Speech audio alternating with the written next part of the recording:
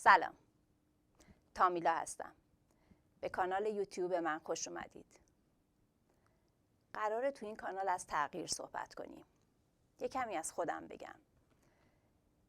من زن خونه‌داری بودم تو ایران سالها.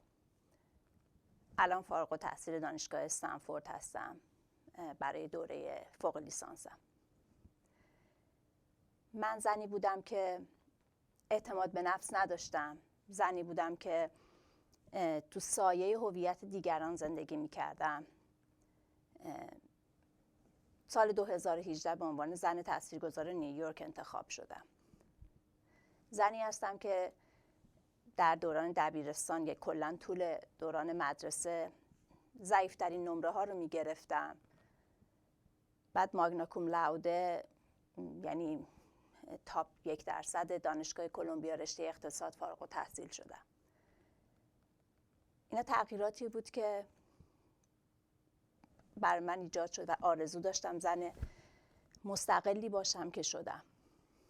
حالا صادقانه به قضیه نگاه کنیم، این قضیه اون طرفم داره. زنی بودم که اگه تو ایران میموندم کنار پسرم بودم و 10 سال ندیدنش رو تحمل کردم. زنی هم که اگه این تغییر رو ایجاد نمی کردم تو زندگیم، نیازی نبود انقدر فشار مالی رو تحمل کنم که بعد مهاجرتم به آمریکا تحمل کردم. زنی بودم که میتونستم شاید تو دید دیگران زندگی عادی و زندگی طبیعی رو ادامه بدم، ولی اینجا دوباره برگشتم انگار که از 18 سالگیمو دوباره زندگی کردم. میخوام تو این کانال خیلی صادقانه با هم صحبت کنیم، ببینیم که همیشه تغییر ارزش داره یا نه، یا اصلا تغییر لزومی داره که ما تغییری تو زندگیمون ایجاد کنیم و به آرزوی شخصیمون برسیم، یا که نه، بهتره که زندگی آرومتری داشته باشیم. یا هر کسی که خواسته تغییر کنه یا موفق شده، کسانی هستن که به قصد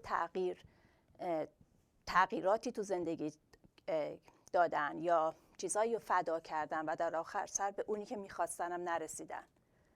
روی دیگه سکه رو ببینیم. آدمایی که با تغییری که تو زندگیشون دادن یه شخص دیگه شدن که خودشون تو خوابم نمیدیدن همچین آدمی بتونن بشن. آدمایی که دنبال آرزوی شخصیشون رفتن و هویت خودشون رو تونستن اونجوری که دوست دارن معنی کنن.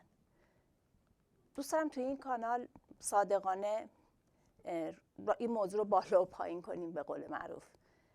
مقاله بخونیم با هم، کتاب بخونیم، مهمان داشته باشیم، یه مقدار تاریخ این، حالا اگه قسمت زنانه داستان رو داریم دنبال میکنیم، تاریخچه مادر بودن رو بدونیم، تو دنیا چجور معنی شده، تو کشور ما چجور معنی شده.